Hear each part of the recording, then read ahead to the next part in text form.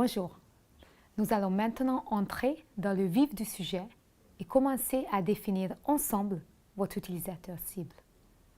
Pour y parvenir, nous allons vous faire découvrir la méthode Persona. Cette méthode a été créée par Alan Cooper dans le cadre d'une démarche design centrée sur l'utilisateur pour accompagner le développement des applications qui prennent en compte les besoins et les attentes des utilisateurs. Elle est aujourd'hui de plus en plus utilisée dans les champs de l'innovation, du design et du marketing. Dans ce cours, nous l'utiliserons spécifiquement comme source d'inspiration et de cadrage pour les innovations. La méthode Persona consiste à décrire un personnage fictif, un archétype qui représente le groupe d'utilisateurs cibles. Le persona est décrit en détail. Il a un nom, un âge, une profession, des loisirs. Ses attentes et ses besoins sont définis de façon précise. Et au final, ce sont ces besoins qui mèneront à l'émergence d'une innovation. Lorsque vous créez un persona, n'ayez pas peur des stéréotypes. Il s'agit d'un outil pour stimuler et guider votre créativité et non pas d'un portrait officiel. Plus votre persona aura des caractéristiques extrêmes, fortes, tranchantes, plus il vous aidera à créer et adapter votre innovation. En effet, si je vous demande de créer un bijou pour une ménagère de 40 ans, il y a peu de chances que votre créativité s'emballe.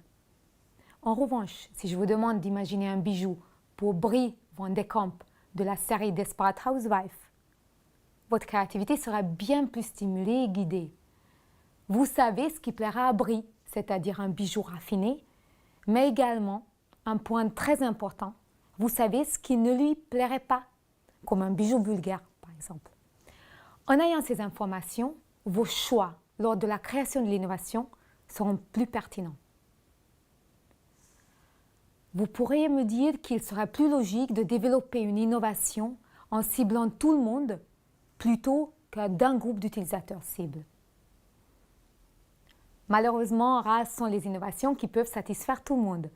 En effet, en voulant satisfaire tout le monde, le produit risque de ne plaire à personne. Alan Cooper cite le cas de l'automobile. Imaginez par exemple un modèle de véhicule qui correspondrait aux besoins des mères de famille pour lesquels la priorité est donnée à la sécurité et à l'espace, mais aussi à un artisan qui rechercherait la possibilité de transporter son matériel volumineux, ainsi qu'à un jeune cadre qui recherche une voiture qui est plutôt sportive, décapotable, avec un moteur puissant. Ne pas s'adresser à tout le monde ne signifiera toutefois pas que vous ne pourrez pas cibler plusieurs cibles cohérentes. Si vous ciblez plusieurs groupes d'utilisateurs, vous devrez développer plusieurs personas et éventuellement les prioriser. La création de votre persona vous demanderait du temps qui pourra varier. Je vous conseille de regarder cette vidéo dans son intégralité pour bien comprendre toutes les étapes, puis regardez-la de nouveau autant de fois que nécessaire au fur et à mesure que vous construisez votre persona. Je me plierai moi-même à l'exercice en m'appuyant sur un exemple que j'ai construit. Pour commencer, identifiez la famille de produits ou services que vous souhaitez développer, comme le sport, l'alimentation, les transports, la santé, la technologie, etc. Si vous réalisez ce projet dans le cadre de votre entreprise, le choix s'imposera naturellement. Si cela n'est pas le cas, je vous conseille de vous orienter vers un produit ou service dont vous connaissez le marché et les clients. Si vous avez déjà une idée précise d'un produit ou d'un service, ne négligez pas les étapes à venir. Elles vous permettront d'ajuster et d'affiner ces caractéristiques. Dans mon exemple, je m'oriente vers le secteur du sport, dont je connais relativement bien les produits et dont je connais de nombreux clients grâce à mes expériences personnelles. La deuxième étape consiste à recenser 2-3 catégories d'utilisateurs potentiels de ce produit ou service. Ne cherchez pas à être exhaustif lorsque vous recensez les catégories. L'objectif n'est pas de réaliser une étude de marché, mais d'identifier votre cible. De la même façon, ne recherchez pas à créer des catégories très précises. Identifiez par exemple, comme dans mon exemple, des catégories par la fréquence d'usage du produit, tels que les utilisateurs occasionnels, réguliers ou intensifs. Si vous réalisez ce projet dans le cadre de votre entreprise, n'hésitez pas à discuter avec vos collègues des directions marketing ou commerciales qui seront pour vous des aides précieuses. Si votre projet ne rentre pas dans le cadre de votre entreprise, cherchez des informations sur Internet ou utilisez simplement votre sens de l'observation et votre expérience. Pour les produits de sport, j'ai discuté avec des amis sportifs et utilisé mon expérience personnelle comme sportif occasionnel. Lorsque vous avez réussi à identifier 2-3 catégories, choisissez-en une qui sera votre cible principale pour imaginer votre innovation. Lorsque vous réalisez votre projet dans le cadre de votre entreprise, orientez-vous prioritairement vers une catégorie de clients dont vous disposez déjà d'informations. Sinon, optez de préférence pour une catégorie dont vous connaissez personnellement des membres. Dans mon exemple, j'ai choisi comme utilisateur cible les sportifs réguliers, en particulier les cadres qui cherchent à décompresser grâce à la pratique régulière du sport. En effet, parmi mes amis, plusieurs appartiennent à cette catégorie, ce qui m'a permis de recenser leurs attentes. Dans le cadre de la troisième étape, vous allez désormais créer un persona. C'est un personnage fictif, je vous rappelle, qui représente votre utilisateur cible. Vous devrez créer sa fiche d'identité et décrire ses caractéristiques majeures. Pour vous guider, nous avons créé un modèle spécifique dans le Toolbox, mais sachez qu'il n'y a pas de modèle unique. D'ailleurs, en surfant sur Internet, vous pourrez trouver d'autres exemples. Dans cette fiche, définissez entre autres son âge, sa profession, son niveau de revenu, sa situation familiale, quels sont les médias qu'il consulte le plus souvent, etc.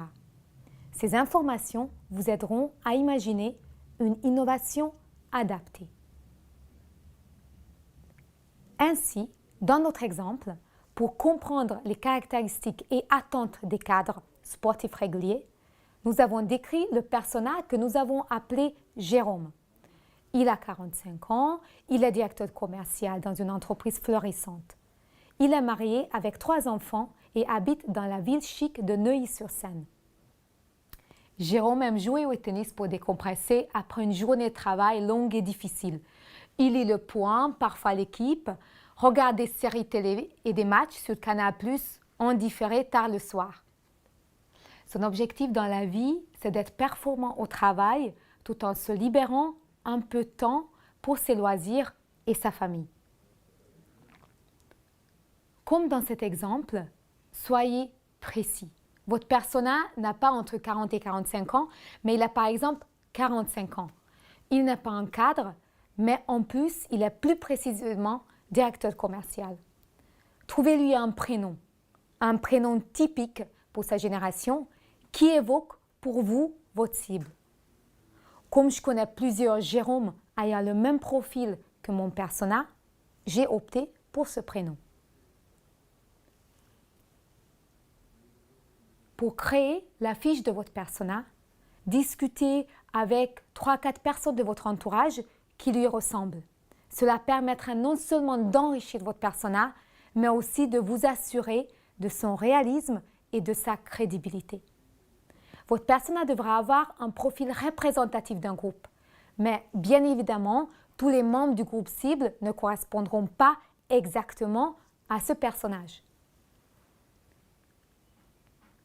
Prenez votre temps pour le construire et soyez conscient qu'il n'existe pas de persona parfait. Et un persona est évolutif. De nouveaux éléments apparaîtront même après ce MOOC que vous pourrez intégrer pour enrichir et mettre à jour votre persona. Tant que le profil de votre persona est cohérent, vous êtes sur la bonne voie. À présent, à vous de jouer. Laissez aller votre imagination et votre créativité. Il n'existe pas de bon ou de mauvais persona, ce sera juste votre persona. Amusez-vous bien et à bientôt dans une nouvelle vidéo.